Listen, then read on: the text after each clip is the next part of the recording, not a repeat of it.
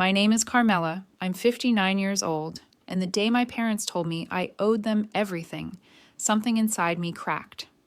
I've heard a lot of painful things in my life, but nothing compared to hearing those 6 words spoken so sharply, so confidently, so unapologetically. It was as if my parents had been waiting decades to say them out loud, and when they finally did, they landed like a punch to the chest. It was a moment that didn't come out of nowhere. It wasn't a surprise lightning strike in a clear sky. No, it was the inevitable eruption after years of pressure building beneath the surface. And as soon as my mother said it, I felt the old familiar tightening in my stomach, the same tension I'd felt as a child whenever I sensed something heavy was coming. Growing up in my parents' house meant living under a set of unwritten rules, rules I absorbed before I was old enough to question them. Love was conditional. Approval had to be earned. Every favor, every dollar, every scraped knee they bandaged when I was small eventually came with a bill, whether spoken or not. Affection wasn't something freely given. It was a reward for obedience. Every achievement I had belonged to them. Every mistake was mine alone.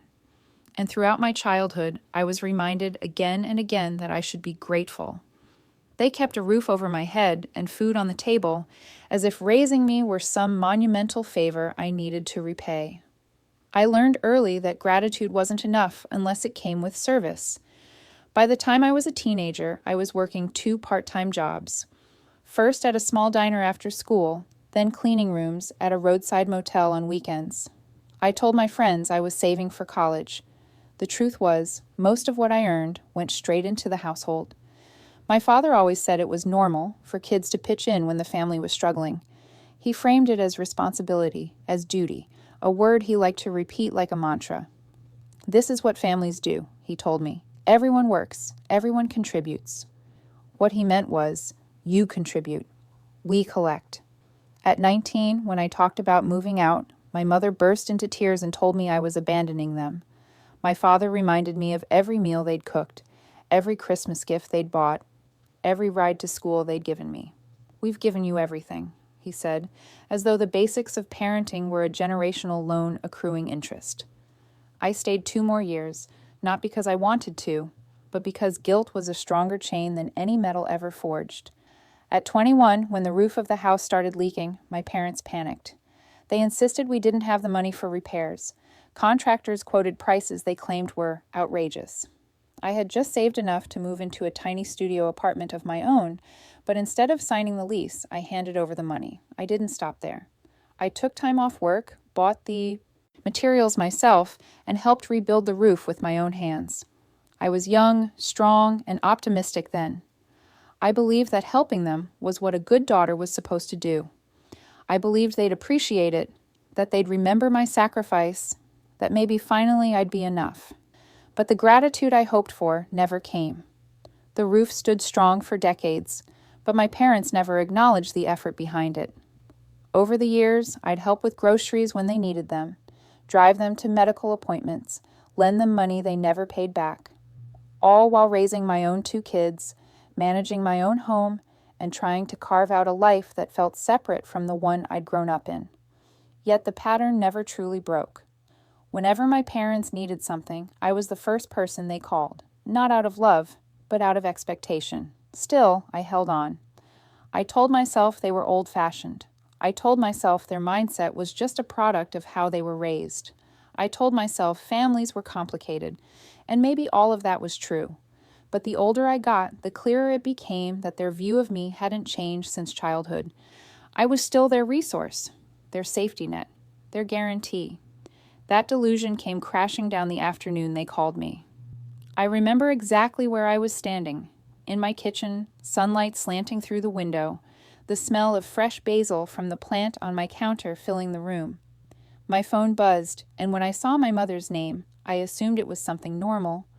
A question about her prescriptions, a reminder about an upcoming appointment, a story about a neighbor I didn't know and had never met, but her tone was different this time, clipped, urgent, almost rehearsed. "Carmela," she began, "we need to talk. It's serious."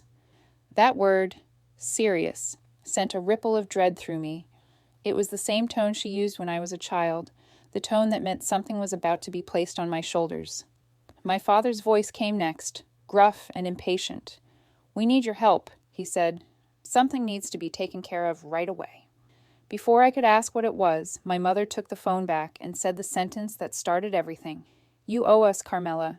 After all we've done, you owe us everything." The floor didn't literally fall out from beneath me, but it felt like it did. My pulse thudded in my ears. I steadied myself on the counter, trying to breathe through the sudden storm swirling in my chest. I asked them what they were talking about. What was so urgent? What did they need? There was a pause, long and heavy, before my mother exhaled sharply.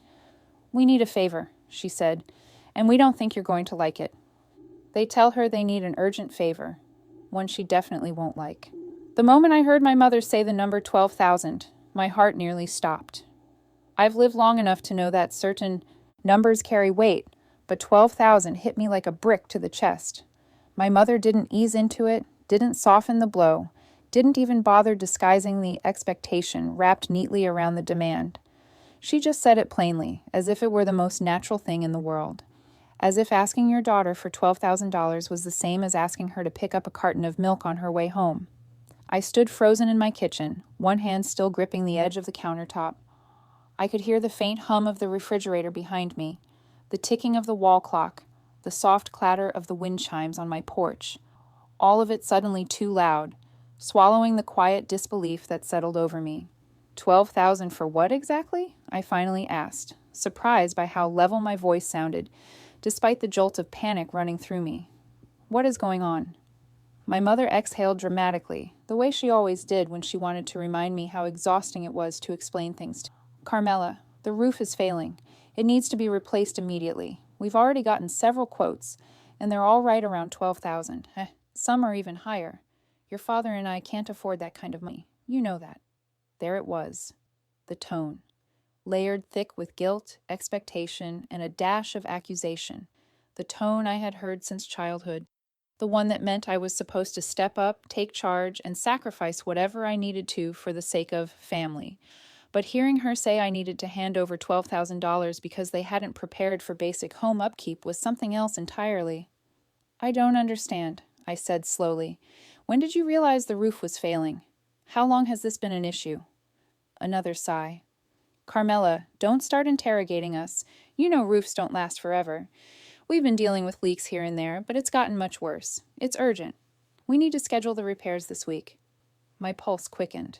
"Why didn't you tell me sooner? Why didn't you maintain it over the years? I know it was in good shape the last time I checked." That broke the seal on my father's patience. His voice suddenly filled the speaker, sharp and irritated. "Watch your tone. You built that roof, remember? You insisted on doing it yourself back then. So yes, it's your responsibility. It's on you to fix it now." I blinked, astonished. "It was 38 years ago," I said. "I was 21. I didn't build the whole thing. I helped. And I did that because you said you couldn't afford repairs at the time. You do understand that roofs require regular upkeep, right? They don't stay new forever." My mother jumped back in, defensive. "Don't talk to us like we're ignorant. We know how roofs work. The point is, you were the one who wanted to be helpful back then. You convinced us. You told us you had it under control. And now the thing is falling apart. That's not our fault." I felt heat rising in my face, a mix of anger and disbelief. "So you're saying I'm responsible for a roof I patched almost 4 decades ago? You seriously believe that?" They didn't hesitate. "Yes," my father snapped. "We do." For a moment I couldn't speak. I stared ahead at nothing, trying to steady my breath. Their justification was so absurd, so manipulative, that it bordered on surreal, but they weren't done, not even close. "We've already spoken to 3 contractors," my mother continued, her voice dripping with self-righteousness. "The cheapest one quoted us $11,600. The others were closer to 13. It's not like we're trying to scam you. These are real numbers, real bills we're facing." I closed my eyes. Those prices sound incredibly high for a roof your size. Did you get breakdowns? Written estimates? Did you ask what exactly needs to be replaced? "Carmela," my mother said in a scolding tone, "we are not children. We don't need you micromanaging things. We told you the cost. We told you what needs to be done. You should be grateful we're giving you the chance to step up and show appreciation." There it was again, that word. grateful. As if gratitude was a debt I owed. As if being their daughter meant being their permanent solution. I took a breath, trying to keep my voice steady. I'm not just handing over $12,000 without understanding the situation. I'm not doing that. If the roof really needs repairs, I need to see what's going on. I need to look at the quotes. My father cut me off abruptly. Stop dancing around this. You're paying for it. That's the end of the discussion. Something cracked deep inside me then. Not loudly, not dramatically, but quietly, like the slow splintering of old wood under pressure. You can't demand that from me, I said. You can't just order me to give you money. I'm willing to talk about this, but I need to understand the situation. You need, he said mockingly. You always need. You need explanations. You need proof. You need time. Well, we don't have time, Carmela. The silence on the line stretched thin. My father spoke again, lower this time, but colder. If you won't help us without arguing, he said, then you're forcing us to make a very difficult decision. I swallowed hard. What decision? The pause that followed was long enough to make my hands shake. Either you pay for the roof, he said, or we're done. Don't call us again. Her father gives her an ultimatum she never expected. When my father said, if you don't pay, don't bother calling us again, I realized this wasn't about a roof at all. The line didn't just hang in the air. It carved itself into me.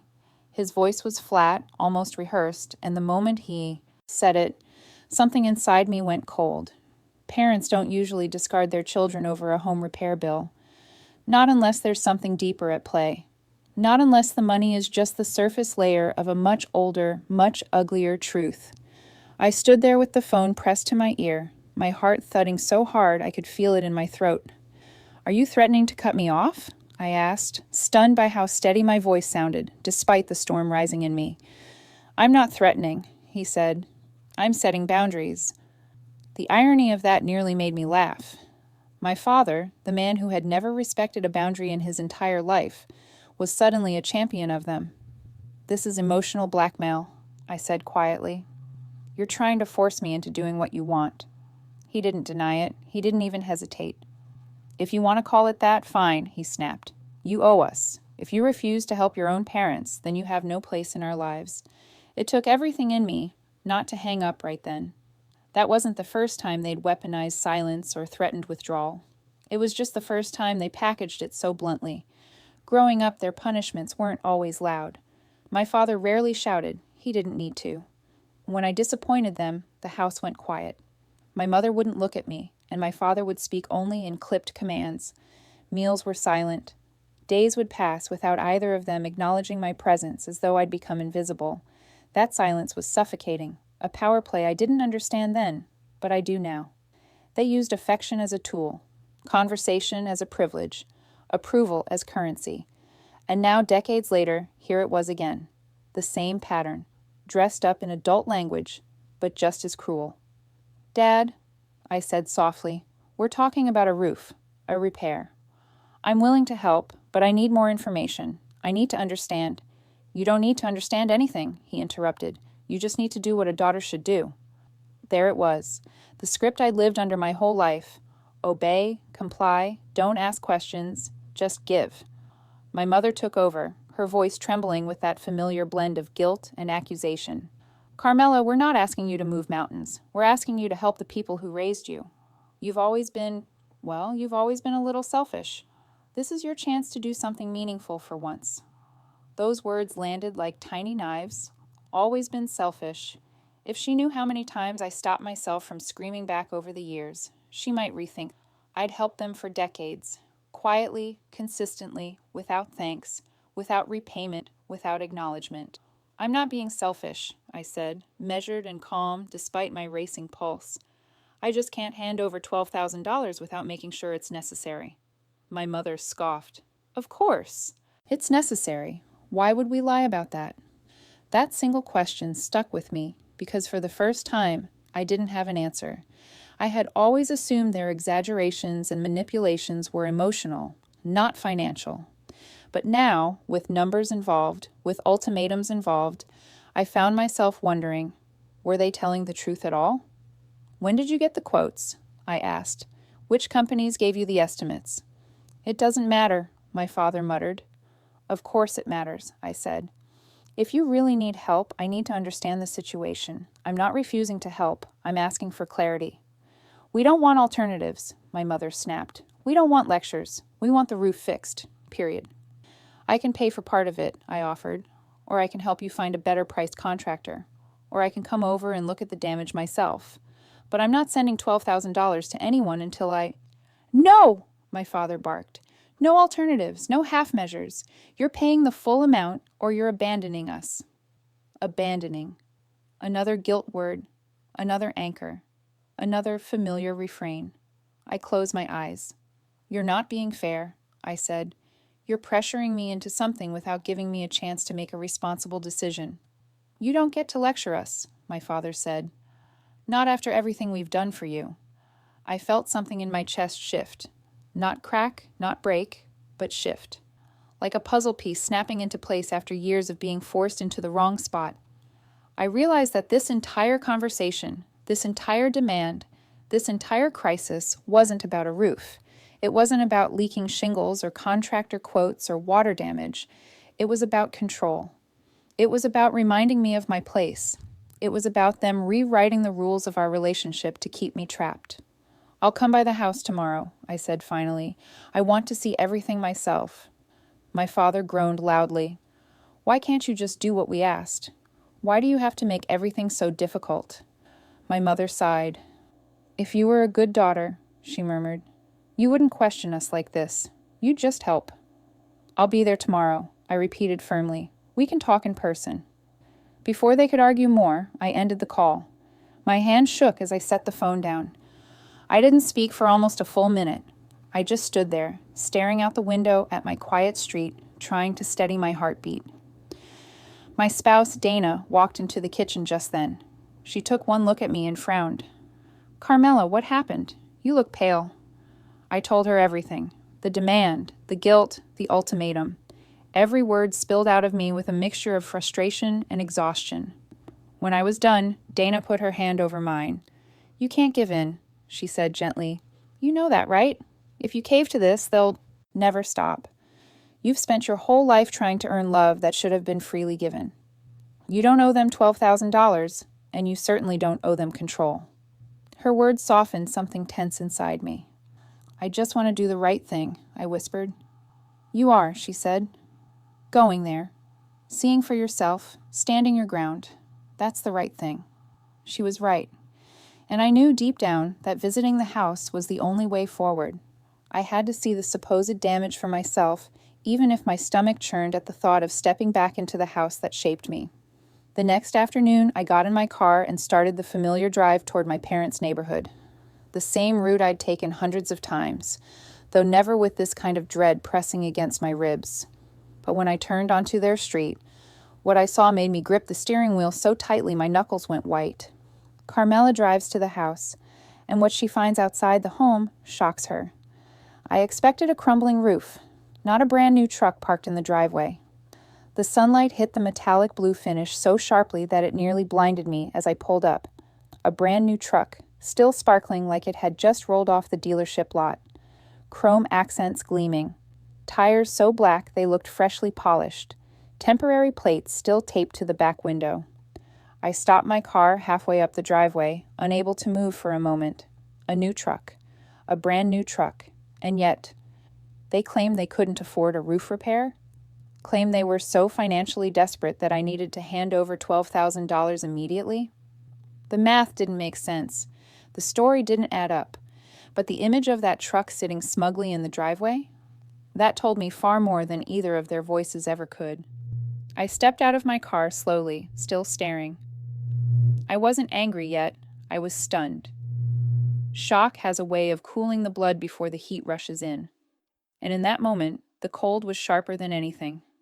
The front door swung open before I even made it halfway to the porch. My mother appeared first, her expression flickering between surprise and annoyance. My father followed, walking out with that impatient frown he always wore when he felt inconvenienced. "Oh," my mother said, her hands flying up in exaggerated surprise. "Carmela, we didn't expect you so soon." I gestured toward the truck. Looks like things are going well, I said. My voice came out steadier than I felt. My father barely looked at the truck. Don't start, he muttered. We had no choice. Our old one finally died, and we needed something reliable. Reliable? I repeated, arching a brow. This is a $30,000 truck.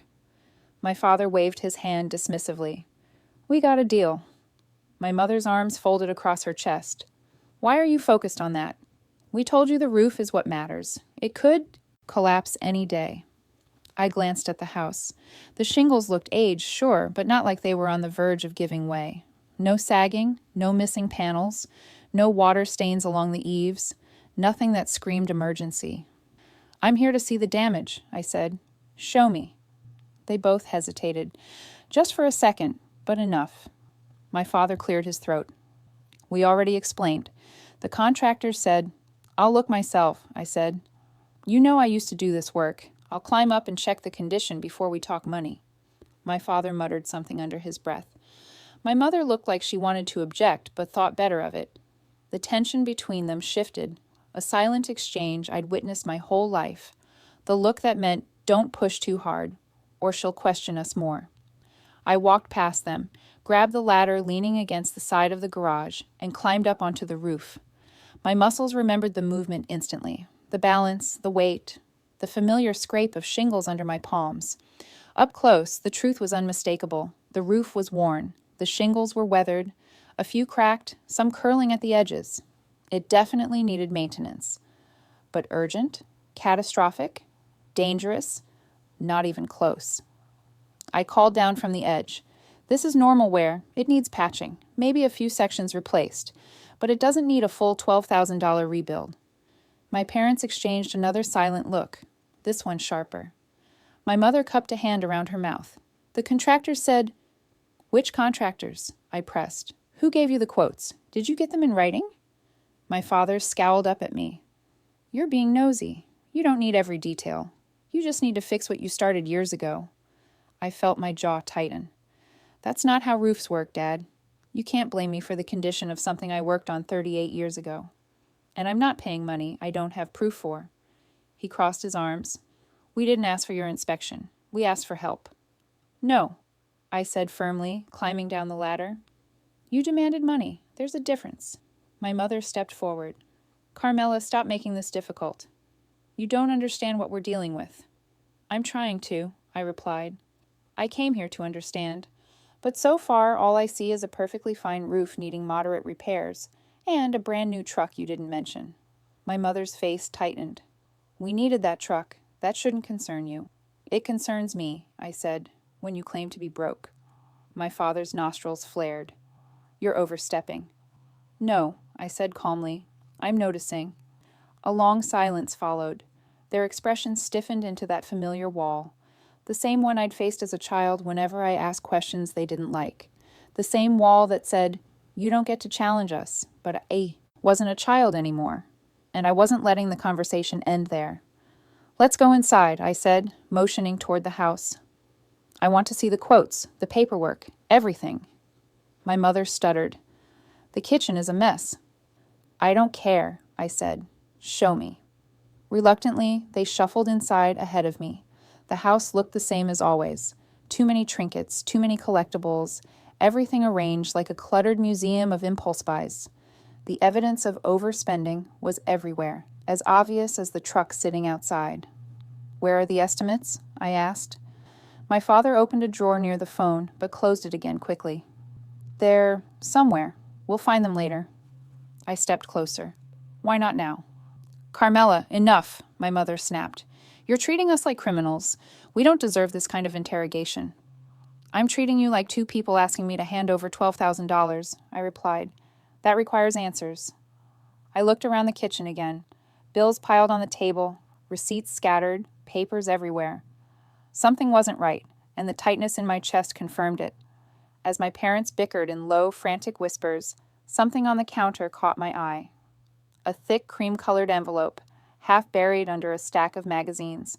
It was addressed to my father in bold, printed lettering, and stamped with a logo I recognized immediately, the name of a loan company. With trembling fingers, I slid it out from underneath the pile. Carmela discovers an envelope inside the house that changes everything. Inside the envelope was the truth, and it was worse than I imagined. The envelope trembled slightly in my hands, though I wasn't sure if it was because the paper was thin or because I was shaking.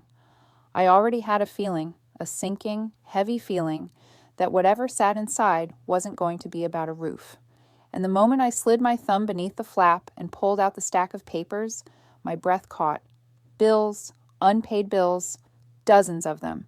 Credit card statements, past due notices, letters from lenders, a final warning printed in bold red ink. My eyes scanned the pages, each line confirming what my gut already knew. This wasn't a minor money issue. This wasn't even a temporary setback.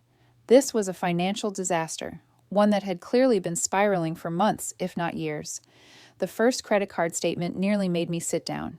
Charges for high-end home decor, designer bedding, luxury kitchen appliances, a cruise deposit, plane tickets to Miami. Thousands of dollars poured into things they absolutely didn't need, things they clearly couldn't afford. Behind me, I heard my mother's sharp inhale when she realized what I was holding.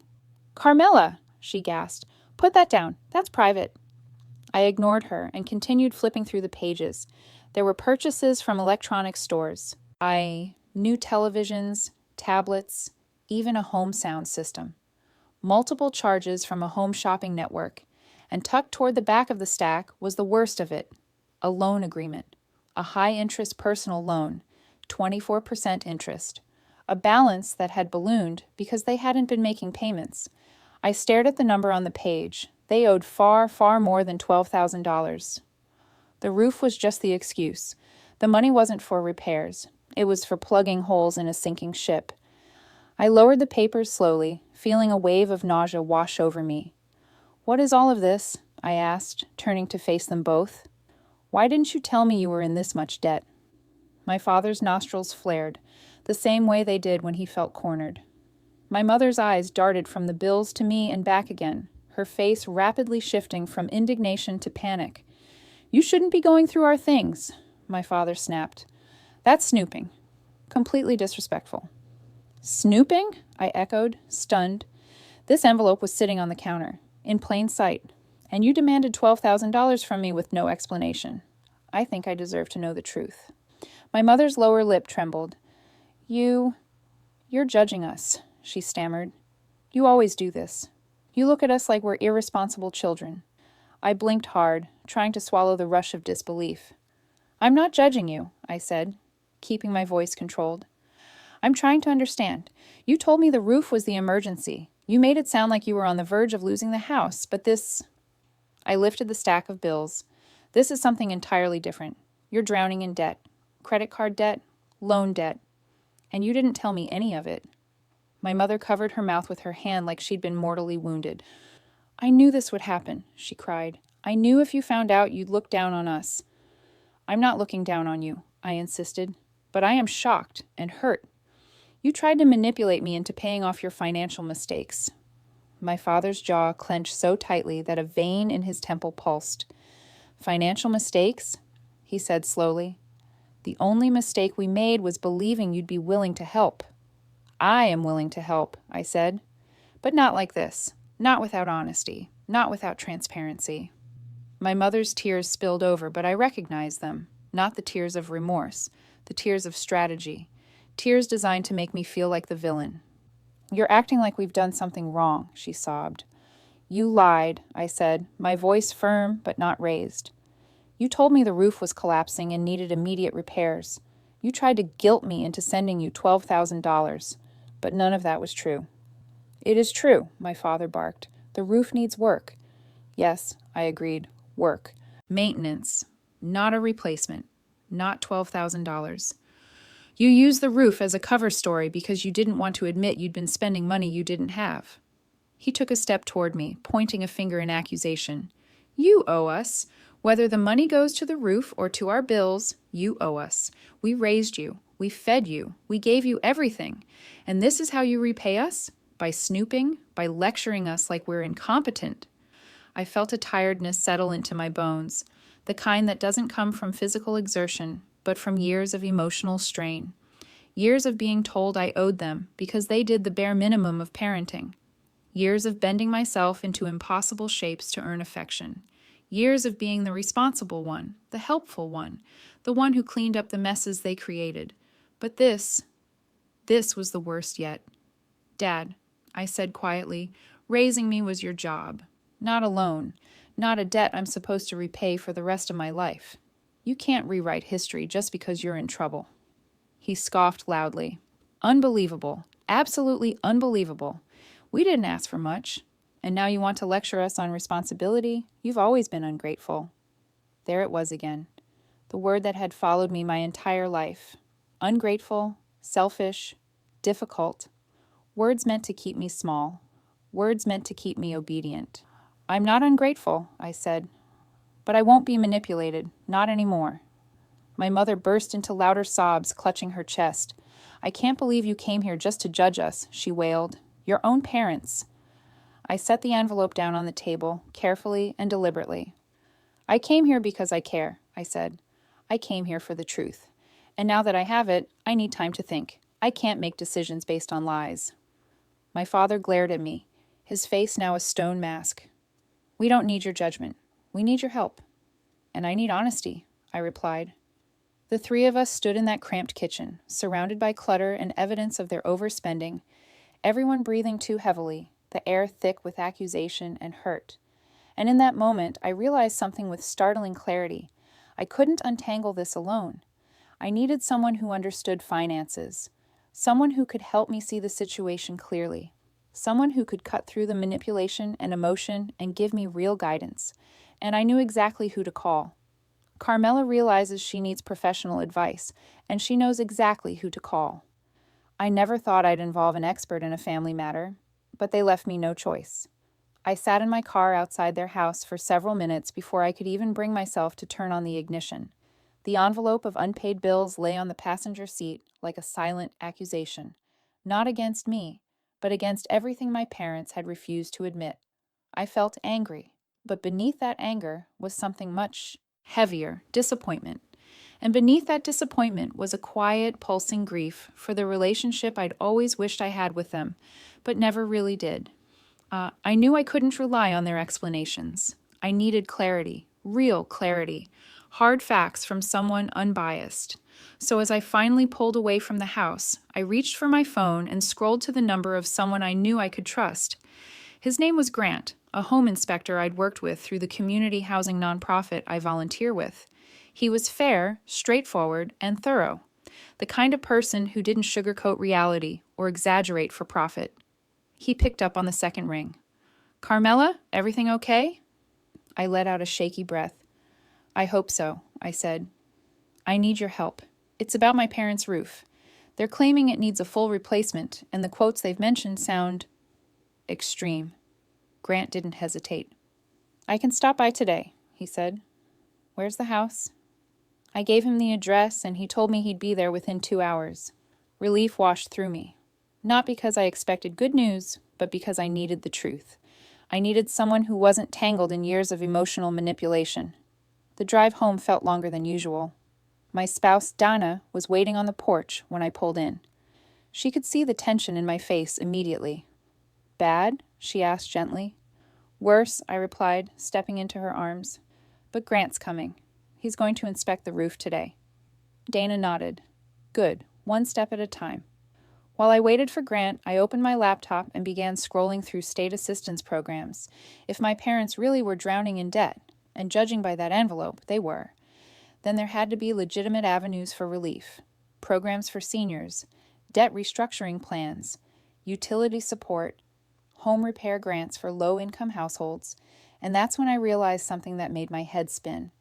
They qualified for several of these programs that could have cut their expenses significantly, programs that could have helped them manage their debt, programs they'd never applied for because, knowing them, it would require admitting they needed help. I was deep into the financial aid websites when I heard the rumble of a truck outside. I closed my laptop and met Grant in the driveway. He gave me a kind smile. All right, let's go see what's really going on. On the drive back to my parents' house, I explained everything. The sudden demand for $12,000, the new truck in the driveway, the envelope full of unpaid bills. He listened quietly, occasionally shaking his head. Once we arrived, Grant wasted no time. He climbed up onto the roof with the confidence of someone who had done this hundreds of times. I stayed below, trying to control the anxious churning in my stomach. After about 20 minutes, he climbed back down, wiping dust from his hands. "Well," he said, "your instincts were right." I felt a knot loosen in my chest. "So it doesn't need a full replacement?" He shook his head. "No, there's wear, sure. Typical for a roof this age. A few sections should be repaired. Some shingles replaced. Flashing needs sealing. But a complete replacement, not even close." I exhaled slowly. How much, realistically? If they hire someone reputable, maybe $1,800, $2,000 tops. And if they wanted to do a partial DIY approach with guidance, even less. $2,000, not $12,000. My parents hadn't just exaggerated, they'd lied. Deliberately. "Thanks, Grant," I said softly. "I really appreciate it." He gave my shoulder a reassuring pat. "Call me if you need anything else." Once he left, I sat in my car for a long minute, trying to absorb everything. The misdirection, the manipulation, the sheer boldness of their lie. If they'd just been honest, truly honest, I might have been more willing to help. But they'd crafted an entire crisis to pressure me emotionally. They didn't want guidance. They didn't want a plan. They wanted the easiest solution. Me writing a check and asking no questions. Well, that wasn't happening. When I got home again, Dana had already prepared coffee and cleared the dining table. "Sit," she said. "Tell me everything." I told her Grant's findings, the true estimate, the proof that the roof wasn't even remotely close to needing replacement. Dana sighed. "So now you know. They lied because they thought fear would control you. And they needed the money for everything except the roof." "I can't ignore this," I said. "But I also can't just abandon them. They clearly need help, just not the kind they're demanding." "Then we make a plan," Dana said. Together, we mapped out a practical path. Find the most urgent bills. Identify assistance programs they qualify for. Recommend debt counseling. Offer to help them apply for financial aid, budgeting tools, and sensible solutions. Offer to cover small necessary expenses, but never cash. And absolutely no paying off massive debts they'd created through irresponsible spending. I felt more grounded as we finished, clearer, more prepared than I'd felt in days. I wasn't going there to argue or blame. I was going there to offer real help, the kind that didn't require sacrificing my financial stability or enabling their behavior. I got in my car again just as evening started creeping over the rooftops. "I'll be back soon," I told Dana. "Stand firm," she replied. "And remember, honesty goes both ways." When I pulled up to my parents' house this time, the sun was lower, casting long shadows across the driveway. I took one deep breath, grabbed my notebook of solutions, and walked inside. But the moment I stepped through the front door, I froze. My parents were in the kitchen. Not silently brooding this time, not anxiously waiting for my return, but whispering intensely.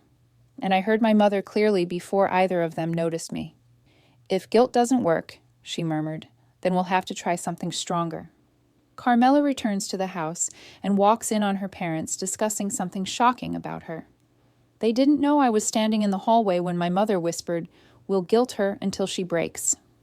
There are moments in life that feel like slow motion, moments where sound sharpens, vision narrows, and the world seems to pause just long enough for the truth to land with full force. Standing in my parents' dim hallway, listening to their voices drift from the kitchen, was one of those moments. I stopped mid-step, my breath catching in my throat as my mother's words sliced through the air. "We'll guilt her until she breaks," she said, her voice low but unmistakably firm. My father grunted in agreement. "She'll crack. She always does. Carmela's soft. We just need to keep pushing." My stomach twisted. I leaned slightly closer to the doorway, my heart thudding in my ears. They hadn't noticed me yet, too wrapped up in strategizing how to pressure their own daughter. My mother continued, "She can afford it. She's got a stable job. She and Dana don't have little kids to worry about anymore. She has savings. She'll give in. She owes us," my father added. "Everything she has is because of us. We raised her, fed her, gave her a roof. The least she can do is help now. Entitlement dripped from each word. There was no fear, no vulnerability, no request for support, only expectation, calculation, manipulation. Suddenly, the past few days crystallized into painful clarity. The dramatic tears, the exaggerated roof story, the urgency, the guilt, the threats. They weren't overwhelmed. They weren't lost. They weren't struggling to. They were planned. My heart sank in a way I can't fully describe. Not because I was surprised. Part of me had sensed this for years. But because hearing them say it openly, bluntly, confidently, it confirmed everything I had tried not to believe. I stepped forward deliberately, letting my foot hit the wooden floor with enough weight to be heard. Both of their heads snapped up. My mother's eyes widened, her face flushing a deep red. My father stiffened, his jaw tightening. "Oh," my mother stammered, forcing a nervous laugh. "Carmela, we didn't hear you come in." "I gathered that," I said. My voice was steady, calmer than I felt. I heard enough. My father's expression twisted into something between annoyance and defensiveness. "Now don't start misinterpreting things." "I didn't misinterpret anything," I said. "You were talking about guilting me, pressuring me, forcing me into paying you." My mother clasped her hands together dramatically. "You weren't supposed to hear that. It was just venting. You know how stressed we are." "No," I said quietly. "That wasn't venting. That was planning, and it confirms that this isn't about a roof or an emergency. This is about control." Their eyes darted toward each other. Guilt flickered across my mother's face, then disappeared as quickly as it came. My father straightened his shoulders, clearly doubling down. "You're overreacting," he said. "We're your parents. We're allowed to discuss how to get through to you. You weren't listening to us." "Because you weren't telling me the truth," I said. "About the roof, about the money, about the debts." My mother let out a high, anxious laugh. "We told you the roof is failing." I set my notebook on the table with a soft thud. "Grant inspected the roof today. A full replacement is not necessary. Repairs are a few $1,000s at most, possibly less." My mother's face went slack. My father's eyes narrowed into slits. "You brought in an outsider?" he growled. "A professional," I corrected. "Someone honest." My father's lips curled. "So now you trust some stranger over your own family."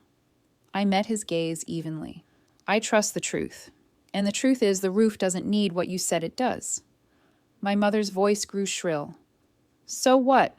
So we might have overestimated? That doesn't change that we need help." "I know you do," I said calmly. "And I'm prepared to help, in realistic, healthy, transparent ways. That's why I brought resources." I opened my notebook to the list Dana and I had compiled earlier, assistance programs they already qualified for, debt counseling contacts, utility support options, budgeting tools, legitimate solutions. I slid the notebook toward them. "These programs can reduce your monthly expenses and help restructure your debt. There's help available, real help." My mother backed away from the table as if the notebook were a venomous snake. "We don't need that," she insisted. "We need the $12,000. That's it." My father crossed his arms tightly. "We don't want bureaucratic nonsense. We don't want counselors. We don't want strangers involved in our finances. We want you to step up. You're acting like we're asking you for $1 million. I stared at them, feeling the last remnants of hope drain from my chest. "You're refusing help, unless it involves me giving you money directly?" "Yes," my father said flatly. "Because that's what you owe us." I felt a strange calm wash over me then, a clarity I hadn't felt in years. Their stance wasn't just rigid, it was intentional. They didn't want solutions. They didn't want responsibility. They didn't want relief. They wanted my bank account. My mother's voice softened to a pleading whine. "Carmela, please, just do this for us. We deserve it, after all we've sacrificed." I took in the familiar kitchen, the piled bills, the untouched budget books from past years, the expensive decor purchased on credit, the envelope of overdue debts lying like a quiet bruise on the counter. I thought about my childhood, the silent punishments, the guilt, the expectations that followed me into adulthood. I thought about how hard I'd worked to build a stable life, how many times I'd helped them already, how quickly they dismissed anything I gave as not enough. And then I thought about the conversation I'd overheard. Guilt her until she breaks. They didn't need my empathy. They needed my compliance. And I finally understood that I could no longer offer either. I straightened my shoulders and stepped fully into the kitchen. I can't give you $12,000, I said evenly. Not now, not ever, not like this. My father's face twisted with anger. You're making a big mistake. I didn't flinch. Maybe, but it's my choice, and I'm done letting guilt make it for me. The silence that followed was thick, heavy, electric. My mother's eyes filled with tears. This time less strategic, more shocked. My father's glare hardened into ice. I folded my notebook shut. I came here prepared to help, truly help, but I won't enable irresponsible spending or manipulative behavior. If you want assistance with programs, debt counselors, budgeting, I'm here. If you want money, I'm not. My father's breath hissed through his teeth. So that's how it is. Yes, I said. That's how it is. My heart hammered against my ribs, but my voice remained steady. And for the first time in my life, I felt something powerful rise up inside me. The courage to set a boundary, a real one. Carmela decides to set a boundary they will not like. For the first time in my life, I said a word my parents had never heard from me. No. The silence after I said it was so sudden, so absolute, it felt like the entire house inhaled and forgot how to exhale. My parents stared at me as though I had spoken in a foreign language, as though they couldn't possibly understand the meaning of the tiny syllable that had just left my mouth. No, I repeated, slower this time. I'm not giving you $12,000.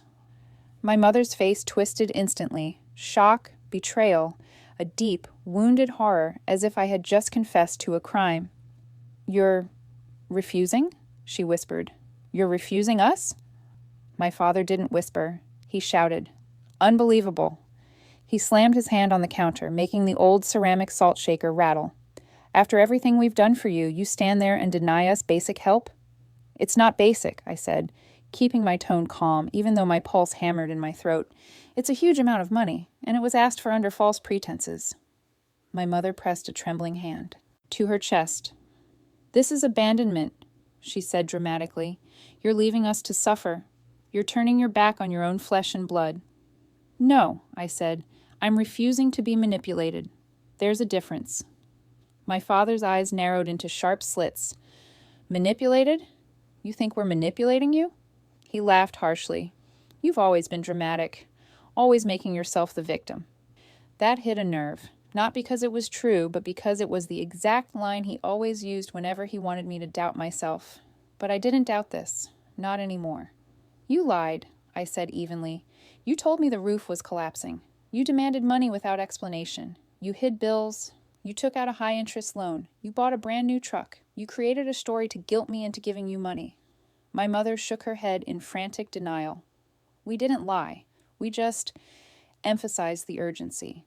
That's not emphasis, I said. That's deception. My father's voice rose again. You're looking for excuses. Just say you don't care about us. Say it. That's what you really want, isn't it? I took a slow breath. I do care. And because I care, I'm offering actual solutions. I've compiled programs, resources, financial counseling options, real ways to help you climb out of debt without sinking me with you. My mother's tears intensified instantly. We don't need strangers meddling in our finances, she sobbed. We need our daughter. We need you. You want my bank account, I corrected. Her crying shifted into something sharper, guilt disguised as pain. How can you say something so cruel? After everything we sacrificed? My father seized the moment. You think we didn't struggle for you? You think food magically appeared on the table? You think raising you was easy? You were a difficult child, Carmela, always questioning, always needing things. We worked ourselves to the bone, and now, when we need help, you slam the door in our faces. I stayed still as stone, still as the rooftop I once patched at 21 while believing it meant something. I'm not a child anymore, I said. I won't be guilted into paying off debts you created. I'm offering actual help. If you refuse it, that's your choice. My mother wiped her cheeks with trembling fingers. You're being cruel, heartless. I didn't flinch. I'm being healthy. For the first time. My father stepped forward, face red, veins tight in his neck. You know what your problem is? He spat. You're ungrateful, always have been. Everything we gave you, everything we worked for, you took it and turned your back on us. Ungrateful. There it was. The word they had used my whole life like a leash. I've supported you for decades, I said, financially, emotionally, in ways most children never have to, and you never once acknowledged it. That was your duty, my father snapped. We raised you. And I appreciate that, I said quietly. But raising me wasn't a debt contract. My mother suddenly broke again, this time collapsing dramatically into a chair, her sobs loud and theatrical. I can't believe you're doing this to us, she wailed. Your father will have a heart attack from this stress. You know he has a weak heart. You want to kill him? I closed my eyes, steadying myself. Stop. You don't get to weaponize health issues. Not today. My father glared at me as though I'd just struck him. You're cold, he said. You didn't used to be this way. I didn't used to have boundaries, I replied. The room fell silent, heavy, suffocating. Then my father's anger erupted again, not with words this time, but with motion. He shoved his chair back so violently it scraped across the floor like a scream. He stormed out of the kitchen, muttering curses under his breath. The back door slammed hard enough that a picture frame rattled on the wall. My mother stayed behind, sniffling dramatically into a crumpled tissue. You've ruined this family, she whispered. You're tearing us apart. I stared at her for a long moment, feeling something old inside me finally loosen and fall away. No, I said. The lies did that. The manipulation did that. I'm just refusing to participate anymore. She didn't respond. She just cried harder, as if volume could change the truth. I picked up my notebook, the one filled with genuine solutions, and set it gently on the table. It's all there, I said. If you want my help with any of those programs, call me, but I am not writing a check. My mother didn't look at it. I walked to the front door. My legs trembled slightly, from adrenaline, from sadness, from years of unresolved pain, but I kept moving. Because leaving wasn't just necessary, it was overdue. Before stepping outside, I looked back once. My mother was still crying, but her eyes were dry. A performance. One I had spent a lifetime trying to soothe. Not anymore. I closed the door behind me and exhaled into the evening air. I didn't know what would happen next. I didn't know how they would respond long term. I didn't know if this was the breaking point in our relationship or the painful beginning of something healthier. But I knew this. I had done the right thing, the hard thing, the necessary thing. For once, I had protected myself. Days passed. The phone didn't ring. No texts, no apologies, no updates. And strangely, no requests for help with the programs I'd offered. Silence, their oldest, sharpest weapon, wrapped around me again. But this time, it didn't control me. It didn't make me panic. It didn't make me feel small. Then, on the fourth day, a letter arrived in the mail, my name written in my mother's shaky handwriting. The envelope thick, heavy, I held it for a long moment before opening it, sensing that whatever was inside would demand a decision from me, one that would change everything. Days later, Carmela receives a letter in the mail that forces a final decision.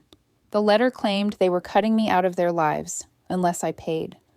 The envelope felt heavier than any piece of mail should. I stood in my kitchen holding it between my fingers, the weight of the past week anchoring me to the floor. My mother's handwriting looked rushed, shaky loops, hurried slants, pressure dents deep enough to feel through the paper.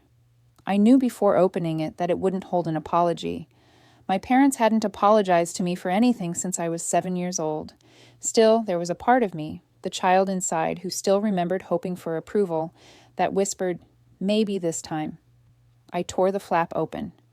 The letter was long, longer than anything my mother had ever written to me. The first line hit with the force of a sudden downpour. Since you refuse to help us, we've decided it's best if you stay out of our lives. The words blurred for a second, but I kept reading. We cannot have a daughter who turns her back on her family. We cannot tolerate disrespect. You have disappointed us beyond measure. My chest tightened. The next paragraph made my hands shake. If you want to make things right, send the money for the roof. Once we receive it, we can talk about rebuilding our relationship. It wasn't a letter, it was a transaction proposal, a ransom note for love. I set it down slowly. The room felt impossibly still. Outside, a neighbor's lawnmower buzzed faintly, life moving on, indifferent to the fracture unfolding inside my house. My throat felt tight, not with panic, not with guilt, but with a heavy sort of clarity. They hadn't written to reconcile. They hadn't written to understand.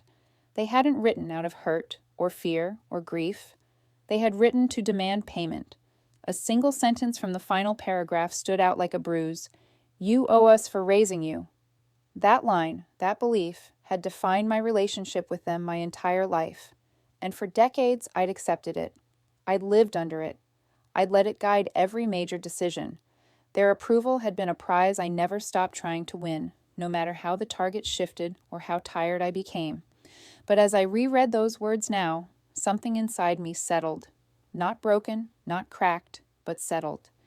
As if a lifelong fog had finally thinned enough for me to see the path ahead. I felt sadness, yes, a deep, aching sadness for the parents I wished I'd had. But alongside it was something sharper, steadier, a clarity born from truth. I couldn't change them, I couldn't rescue them, and I certainly couldn't buy their love. For the first time, I saw the full scope of the emotional exploitation threaded through my past, the guilt that was never mine, the duties imposed on me, the manipulation packaged as affection, the expectations disguised as family loyalty. And now here it was again, the cycle rearing its head in one final letter, demanding I choose between myself and the version of me they preferred. I folded the letter and placed it on the table. Then I sat down with a blank sheet of paper, took a steadying breath, and began to write. Mom, Dad, I received your letter. My handwriting stayed even as I continued. I am sad to hear you feel this way. I love you both, but I cannot give you the money you're asking for. Not now, not under these conditions. I paused, choosing each word with intention, compassion without sacrifice, honesty without cruelty. I will not participate in a relationship that depends on financial transactions or threats of estrangement. Love should not be conditional. Support should not be demanded. My hands grew steadier as I wrote. I am still here if you want genuine help. I've listed again the resources that can assist you. Debt counselors, financial programs, housing support, utility aid. I will guide you through any of these processes if you choose to pursue them. I flipped to the next page. What I won't do is pay off the debts created by overspending or dishonesty. That is not my responsibility, and I won't sacrifice my stability to fix patterns that can only be addressed by change on your end. The next lines came from a place deeper than intellect, from the part of me that had longed for a healthier dynamic for years. I hope someday we can rebuild our relationship in a way that honors us both, with respect, honesty, and boundaries. I want better for us, but I cannot continue the cycle we've been repeating for decades. I ended it simply. My door is open when you're ready for a truthful, healthy relationship. With love, Carmela. I folded the letter, slid it into an envelope, and wrote their address with a steady hand. When I placed it in the mailbox, something washed through me. Not relief exactly, but a gentle release, like letting go of something I'd been gripping far too tightly for far too long. The air felt lighter, my shoulders softer, my heartbeat calmer. I stood there for several minutes, fingers resting on the cool metal of the mailbox, feeling the weight shift from me to something larger. A new chapter, maybe. Or maybe just a long overdue end to an old one. I didn't know what my parents would do when they received my letter. They might ignore it, they might lash out, they might twist my words into something they could use against me, or maybe someday they might hear the truth in it. But for the first time in my life, the uncertainty didn't terrify me, because for the first time in my life, I wasn't acting out of obligation or guilt or fear of losing their approval. I was acting from a place of self-respect, self-preservation, self-worth. As I walked back toward my house, the chilly evening sun warming my shoulders, a question flickered through my mind. A quiet, lingering wonder. Could our relationship ever heal? I didn't know.